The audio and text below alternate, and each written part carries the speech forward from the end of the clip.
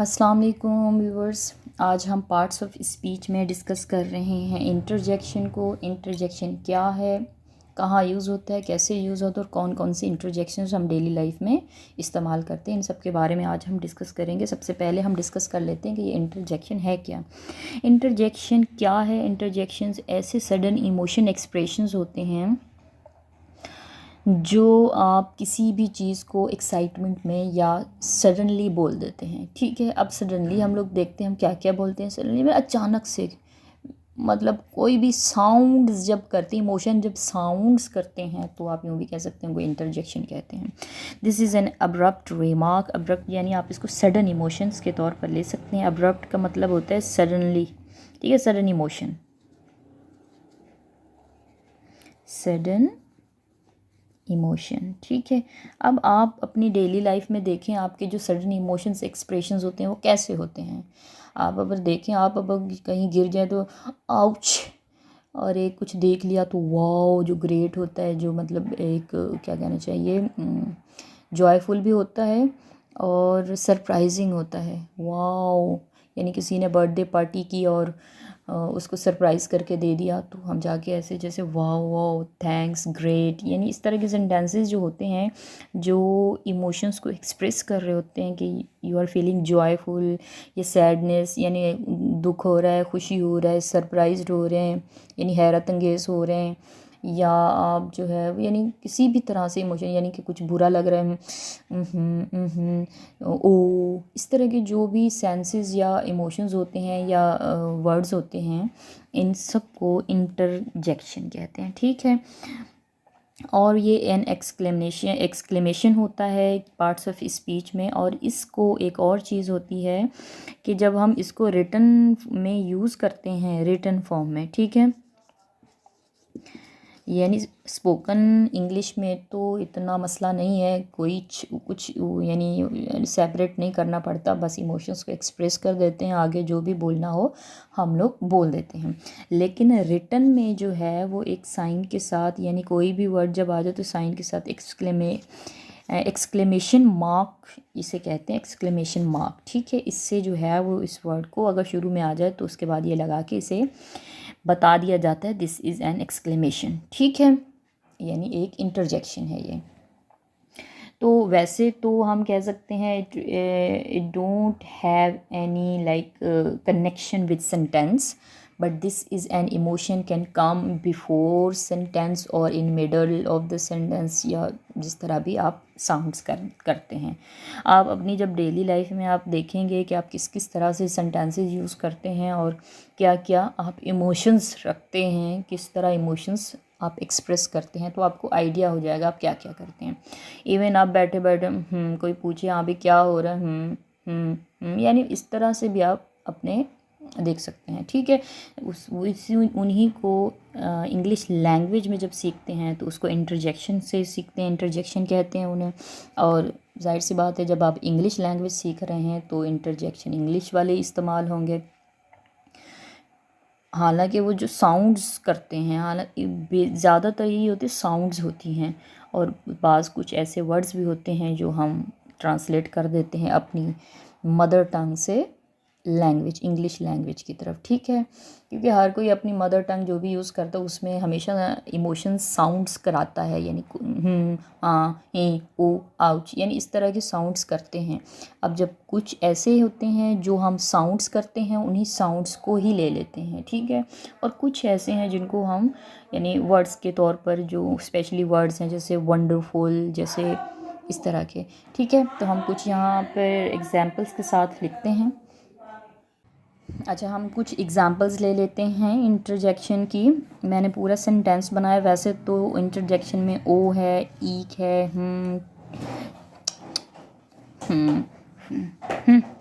ओए, हेल्प, आहा, अलॉज, hurrah, Yahoo, मतलब बहुत सारे अल्फाज हैं, लेकिन मैंने यहाँ पर कुछ सेंटेंसेस बनाए हैं। ठीक है, जैसे हम लोग कॉमनली लाइफ में यूज़ करते हैं ओ मतलब हम किस कैसे यूज़ करते हैं भाई, यानी कुछ एक्साइटमेंट होती है या कुछ गलत हो जाता है, या इस तरह सेंस में, या कुछ इंसान भूल जाता है, या इस तरह से ओ।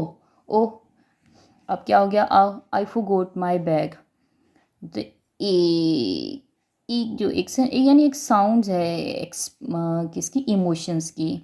आई मूव्ड, ठीक है। यानी अक्सर हम यूज़ करते हैं। कोई बात कर रहा हो तो बजाय हम जी जी यस या इस तरह कुछ बंदा बड़ा सेंटेंस बोलने की जगह जैसे I am not sure about it, ठीक है।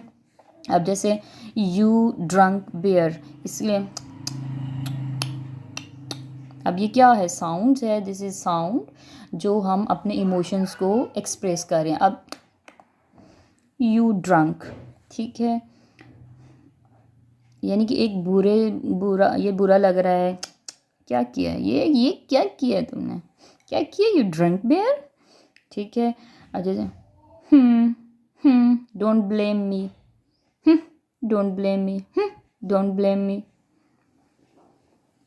तो यानी कि आप इस तरह के बहुत सारे इमोशंस की जो फीलिंग्स होती हैं, सैडनेस की होती है, खुशी की होती है, सरप्राइजिंग की होती है,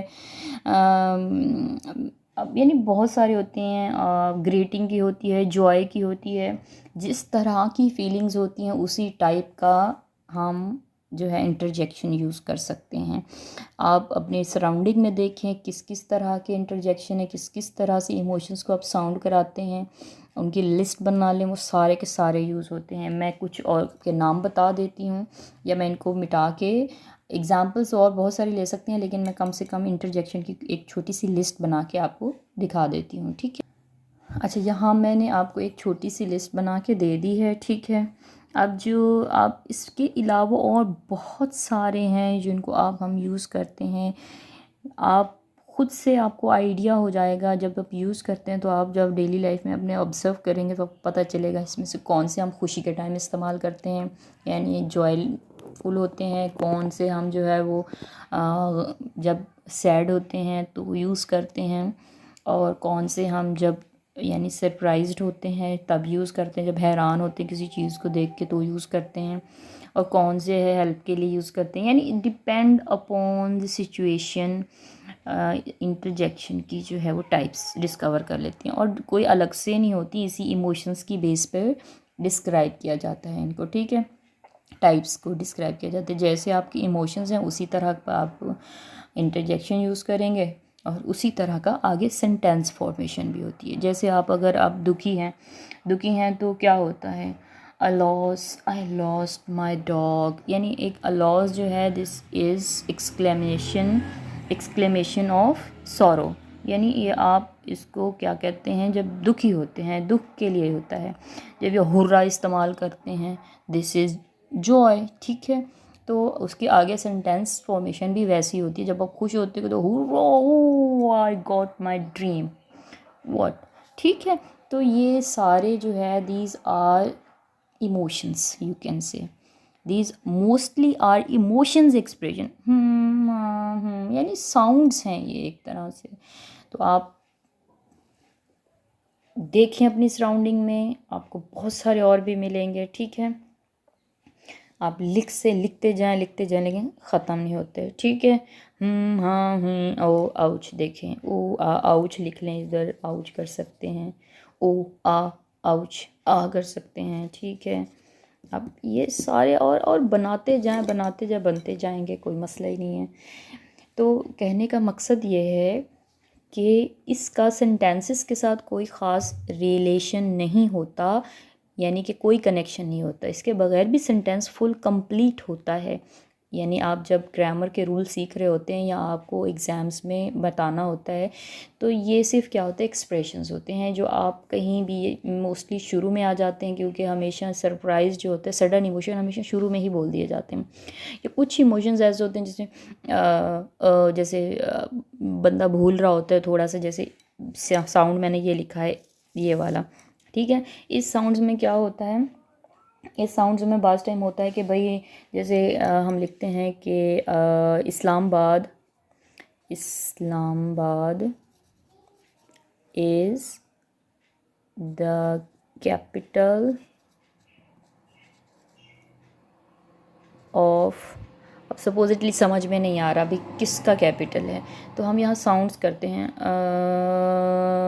अब कितना करें वो तो डिपेंड अपॉन यू, मतलब कि हम यानी कि एक तरह से चीज़ को भूल रहे होते हैं या याद कर रहे होते हैं, ठीक है।